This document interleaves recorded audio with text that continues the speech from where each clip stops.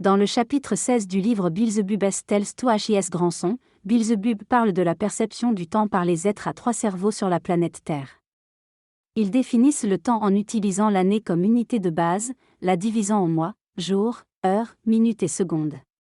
Cependant, Beelzebub souligne que le temps en soi n'existe pas objectivement, mais découle des phénomènes cosmiques et de la compréhension des lois qui les régissent.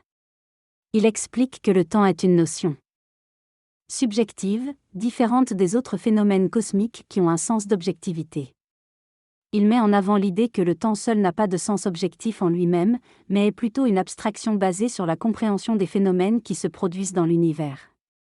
Dans ce texte complexe et philosophique, l'auteur discute du concept du temps en relation avec l'harmonie et l'indépendance universelle. Il souligne que le temps, contrairement à d'autres phénomènes cosmiques, n'a pas de source et existe de manière autonome, se mêlant proportionnellement à tous les phénomènes de l'univers. Le texte aborde également la notion de temps comme étant perçue de manière similaire par tous les êtres cosmiques, quelle que soit leur échelle, et évoque un standard unitaire pour sa définition. L'auteur explique que même les êtres infinitésimaux, comme ceux présents dans une goutte d'eau, vivent des expériences avec une perception du temps propre, en comparant les durées des phénomènes qui les entourent.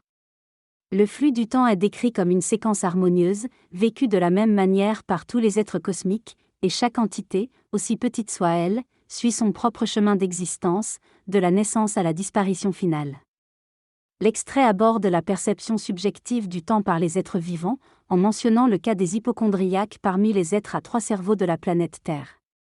Il est expliqué que pour ces hypocondriaques, le temps semble passer extrêmement lentement, alors que pour d'autres êtres, tels que ceux existant dans une goutte d'eau, le temps peut sembler long de la même manière. De plus, il est indiqué que sur la planète Karata, les êtres perçoivent le temps 49 fois plus lentement que sur le Soleil absolu. L'âge d'un être de la planète Karata de 12 ans équivaut à 4668 ans pour les habitants de la Terre en termes de perception du temps.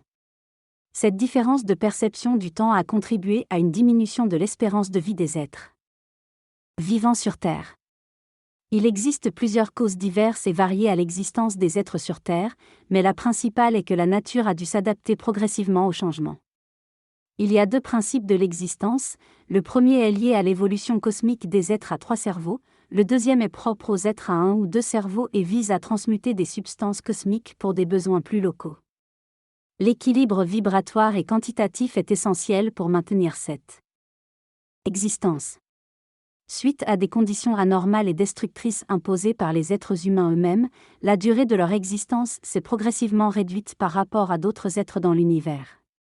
Cette diminution de durée est maintenant critique, et la Terre se retrouve dans une situation précaire.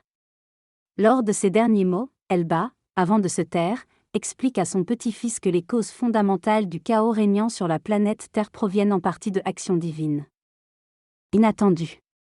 Cependant, les principales causes des maux qui en découlent sont les conditions anormales de l'existence humaine établies par les humains eux-mêmes.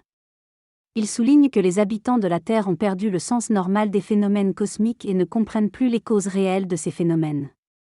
Elba explique également que la durée de vie des êtres humains sur Terre est devenue insignifiante par rapport à celle des autres êtres centrés de l'univers. Il indique que les habitants